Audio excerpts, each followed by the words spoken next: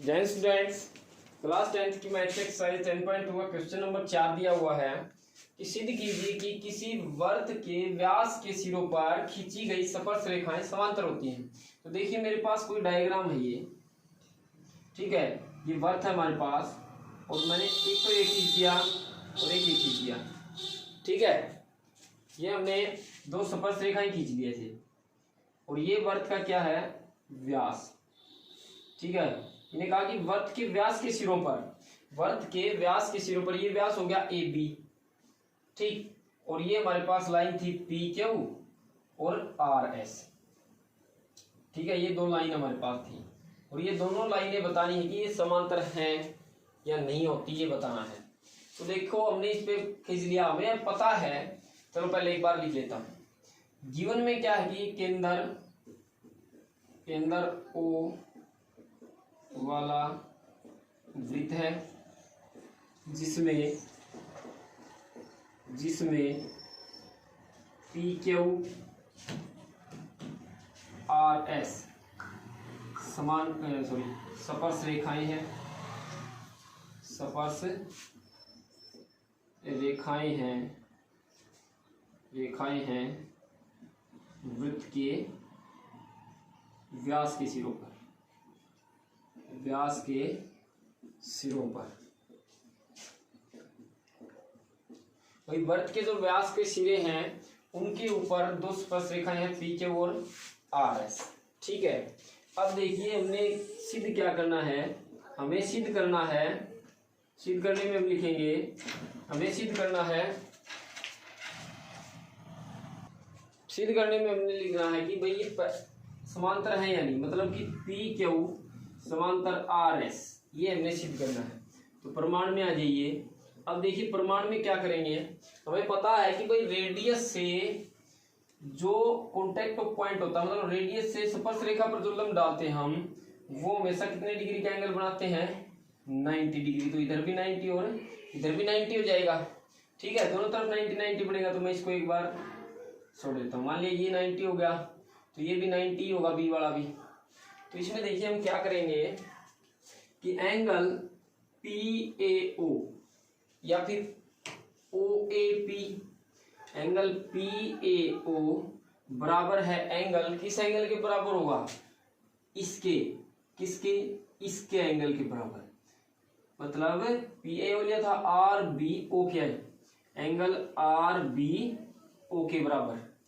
क्यों बराबर होगा भाई, देखिए इंटीरियर एंगल, अल्टरनेट एंगल हुए, मतलब कि ये कोई ट्रांसवर्सल हमारे पास हुई है, ट्रांसवर्सल है तो इसके आपस में जो एंगल्स हैं अल्टरनेट एंगल वो बराबर होते हैं। एकांतर कोण, हम यहाँ क्या लिख देंगे, एकांतर कोण, ठीक है। एकांतर कोण हमेशा बराबर होते हैं। देखिए मान लिया दो लाइंस है हमारे पास, ये ट्रांसवर्सल खींची तो ये वाला एंगल और ये वाला एंगल क्या होते हैं, इक्वली तो होते हैं। तो इसमें एक ही सीधी ट्रांसवर्सल खींची गई तिर्यक रेखा है, तो इसमें ये वाला एंगल और ये वाला एंगल, जो देखिए ये वाला एंगल, ये वाला, इसकी तिर्यक तो यही है, अल्टरनेट तो यही है ना, तो ये वाला PAO और RBO एंगल बराबर होंगे। उसी प्रकार से हम ऐसे कर सकते हैं कि OA या फिर QAO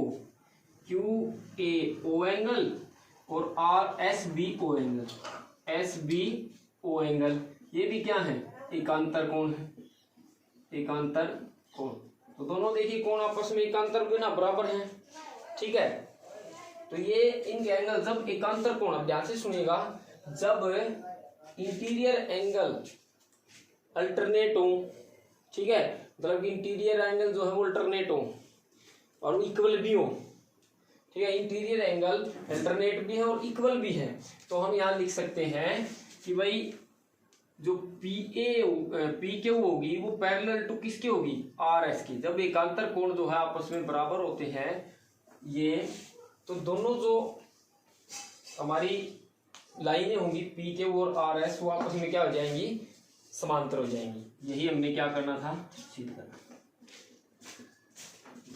ठीक है भाई। PAO एंगल और RBO एंगल एकांतर कोण है, तो QAO और ये आपस में एकांतर, और एकांतर कोण होंगे तो ये दोनों जो लाइंस होती हैं ये हमारी क्या होती हैं, पैरेलल होती है, ठीक है।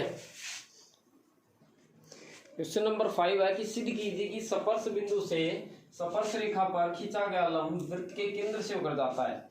तो इसमें हम क्या करेंगे, पहले तो गिवन लिखेंगे। गिवन में हमारे पास क्या है कि केंद्र ओ वाला एक वृत्त है, ठीक है, वृत्त है, और एक स्पर्श रेखा दी हुई है इसने, मान लिया A B A P point, और जिसमें ए बी स्पर्श रेखा है, ठीक, ये है हमारे पास। इसने कहा कि इसमें देखिए हम इसमें हमें सिद्ध क्या करना है वो लिख लेते हैं। पहले तो सिद्ध करना है कि लंब जो है वो वृत्त के केंद्र से होकर जाता है, ये हमने सिद्ध करना है। तो ये हमने सिद्ध करना है कि स्पर्श रेखा पर खींचा गया लंब वृत्त के केंद्र से होकर जाता है। देखिए हम इसमें विरोधाभास के द्वारा करेंगे, हम विरोधाभास द्वारा।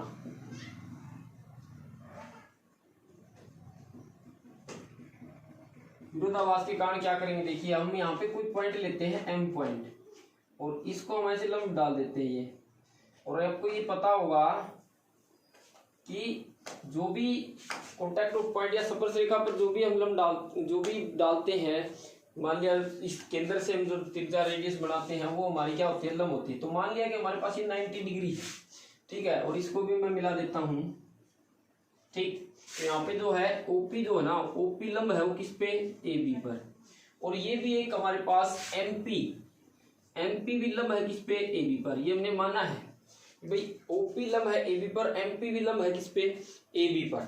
अब देखिए अगर ये लंब है तो एंगल एम पी बी कितने डिग्री होगा, 90 डिग्री। लंब 90 डिग्री होता है क्योंकि जो हमारी कॉन्टैक्ट पॉइंट है उसके ऊपर जो लंब डलता है, मतलब कि जो हमारी स्पर्श रेखा है उसके ऊपर कोई लंब डालते हैं हम, तो जो भी इसके ऊपर हम रेखा खींचते हैं यहाँ से, तो वो हमारी कितने डिग्री का एंगल बनाती है, 90 डिग्री। जैसे ये रेडियस हमारी यहाँ से सेंटर से इस पे मिलती है तो हमेशा इस पर लंब होती है, तो उसी प्रकार ये भी एक लंब हमने मान लिया 90। तो उसी प्रकार से हमारा ये जो एंगल होगा ओ पी बी, ये भी कितने डिग्री का होगा, 90 डिग्री होगा, दोनों 90 डिग्री होंगे ना। अब देखिए अब हमारे पास क्या है कि ये 90 डिग्री है तो ये भी 90 डिग्री होगा या नहीं होगा। तो हमारे पास हमें पता चला कि भाई एक ही जगह पे, अब देखिए मेरे पास कोई ये है, अब मैं यहाँ पे 90 डिग्री बनाता हूँ, कोई एंगल बनाया मैंने यहाँ पे, ठीक है, क्या इसके अंदर कोई और 90 डिग्री बना सकता हूँ, नहीं बना सकता ना।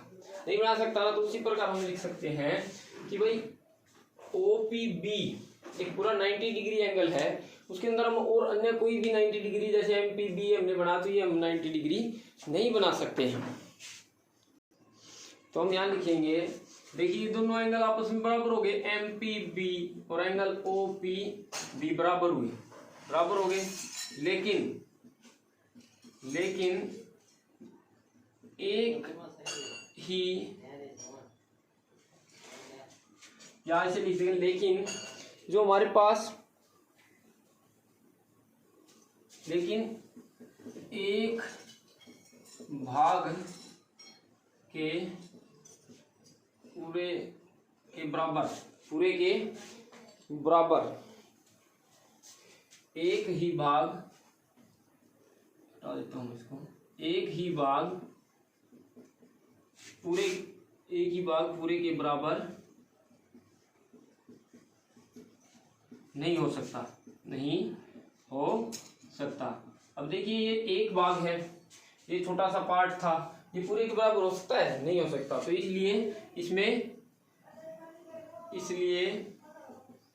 इसमें विरोधाभास है।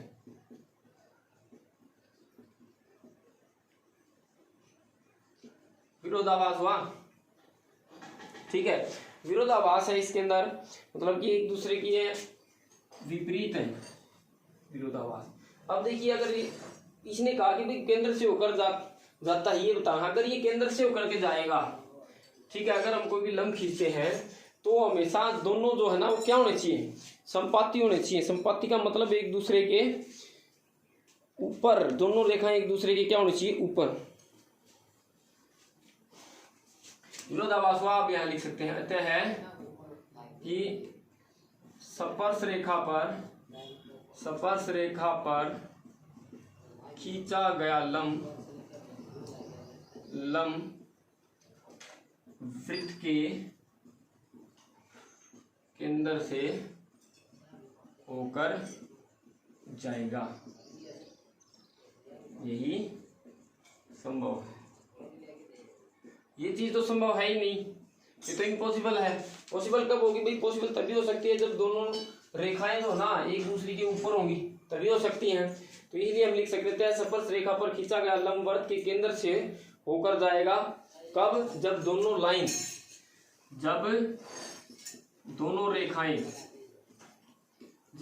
रेखाएं समपाती हों, समान अनुपात में हो।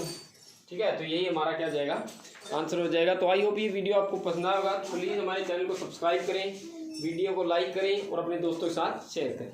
Thank you.